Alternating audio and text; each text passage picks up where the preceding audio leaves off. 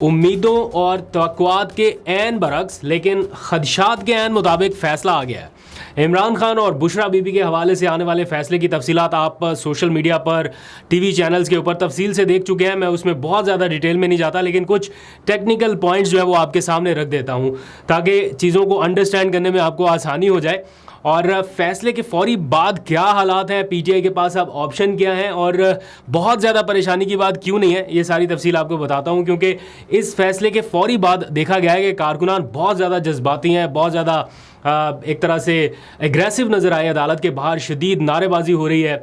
एक मौके पर तो पीटीआई के कारकुनान का सब्र का पैमाना इस कदर लबरेज हुआ कि अपनी ही जो क़यादत है उनसे उन्होंने मुतालबा किया, बल्कि एहतजाज किया कि आप कॉल दें एहतजाज के लिए। उमर अयूब को हमने देखा वो किस तरह से उनकी सिक्योरिटी ने उन्हें रेस्क्यू किया कारकुनान के बीच से, और वो लेके उन्हें यहाँ से निकले डिस्ट्रिक्ट कोर्ट से, क्योंकि बहुत ज़्यादा कारकुनान नारेबाजी करते हुए उनसे एहतजाज की कॉल देने का मुतालबा कर रहे हैं कि ये सिचुएशन शायद बहुत वर्स हो गई है और अब इसके बिना कोई ऑप्शन नहीं है। तो उमर अयूब जैसे तैसे वहाँ से निकले, और भी कारकुनान थे। तो खैर डिस्ट्रिक्ट कोर्ट के बाहर सूरत हाल थोड़ी सी कशीदा नज़र आई, जिसे बाद में खैर कंट्रोल किया गया। तो कल से अब तक बहुत ज़्यादा गुफ्तगू चूँकि ये हो रही थी कि इमरान खान की रिहाई अब करीब है, क्योंकि वो अब किसी और केस में गिरफ्तार नहीं है। तो मैं ये सोच रहा था कि उनकी किसी और केस में गिरफ्तारी ना होना उनके कारकुनान के लिए इत्मीनान का बाइस ज़रूर है, लेकिन साथ ही इसका मतलब ये भी है कि ज़मानत नहीं होने वाली। और खदशात के मुताबिक बिल्कुल वैसा ही हुआ। इसकी डिटेल में नहीं जाता कि क्यों नहीं हुई, क्या मुहर्रिकात रहे, वो आप बेहतर जज कर पाते हैं, लेकिन मैं थोड़े से टेक्निकल पॉइंट आपके सामने रख देता हूँ। अब पीटीआई के पास दो ऑप्शंस हैं, लेकिन उससे पहले इतना बता दूं कि इस फैसले से कोई बहुत ज़्यादा नुकसान नहीं हुआ, क्योंकि ये सिर्फ़ और सिर्फ ज़मानत का फ़ैसला था और इस केस की मुकम्मल बरियत का फ़ैसला हर हाल में अदालती अहकामात के मुताबिक 10 जुलाई तक सुनाना ज़रूरी है। आसानी से समझने के लिए आपको बता देता हूं कि जब तक किसी केस का फ़ैसला नहीं हो जाता, यानी वो उस केस से बरी नहीं हो जाता, तब तक मुल्ज़म का एक हक होता है कि चलें जब तक इसका फ़ैसला नहीं हो जाता इस मुकम्मल केस का, तब तक आप ज़मानत पर रिहाई दे देते हैं कि ज़मानत पर ठीक है आप रिहा हैं, लेकिन ये केस चलता रहेगा। अगर इसमें आपकी बरियत हो गई तो फिर तो आप बिल्कुल आज़ाद हैं, लेकिन अगर बरियत ना हुई तो आपकी ज़मानत जो है वो ख़त्म हो जाएगी और आप वापस गिरफ्तार हो जाएंगे। ये सिलसिला होता है। यानी आज जो फैसला आया वो सिर्फ ज़मानत के हवाले से था, एक पार्ट था, लेकिन जो मेजर पार्ट है यानी असल चीज़ जो है जिसकी तरफ सबकी नज़रें, वो है केस से बरियत का हो जाना, केस ख़त्म हो जाना। दैट इज़ वो 10 जुलाई तक उसका फ़ैसला हर हाल में सुनाना है। इस्लामाबाद हाई कोर्ट ने ये डायरेक्ट कर रखा है इस अदालत को जिन्होंने आज जमानत का फैसला सुनाया।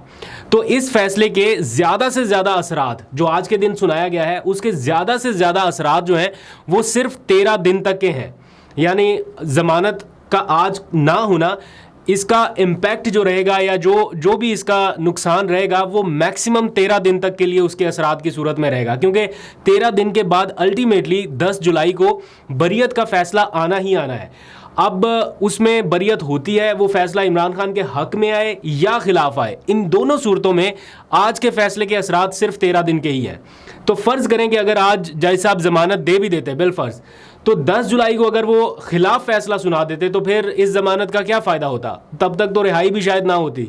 तो आज बहुत सारे लोगों को ये उम्मीद ज़रूर थी कि ज़मानत हो जाएगी, और हमने देखा कि अफजल मजूका की अदालत खचाखच भरी हुई थी, इंटरनेशनल मीडिया भी पहुंचा हुआ था, और फिर फैसला सुना दिया गया। तो बहुत सारे लोगों को ऑब्वियसली मायूसी ज़रूर हुई कि आज अगर ज़मानत हो जाती तो बेटर था। अब सबकी नज़रें जो है वो आज के फैसले की बजाय अब 10 जुलाई तक चली गई, यानी 13 दिन के बाद। तो अब असल सवाल ये है कि पीटीआई अब क्या करेगी, उनके पास क्या ऑप्शन है। तो दो ऑप्शन इस वक्त भी उनके पास मौजूद हैं। नंबर 1, या तो आज के फैसले के खिलाफ वो फौरी तौर पर इस्लामाबाद हाई कोर्ट में अपील दायर कर दें और इस्लामाबाद हाई कोर्ट से अपने हक में कोई फैसला लेने की कोशिश करें, जिसमें अच्छा खासा वक्त लगेगा ही लगेगा। पहले अपील दायर होगी, फिर वो फिक्स होगी, फिर तारीख मिलेगी, फिर नोटिस जारी होंगे। पहले इमरान खान के वकला को सुना जाएगा, बुशरा बीबी के वकला को सुना जाएगा, फिर खावर मानिका के वकला को सुना जाएगा। तो तब तक तो 10 जुलाई का वक्त वैसे ही गुजर जाना है, तो उसका कोई बहुत ज़्यादा फ़ायदा होने नहीं वाला, सिवाय इसके कि टाइम ज़ाया होने के इम्कानात होंगे।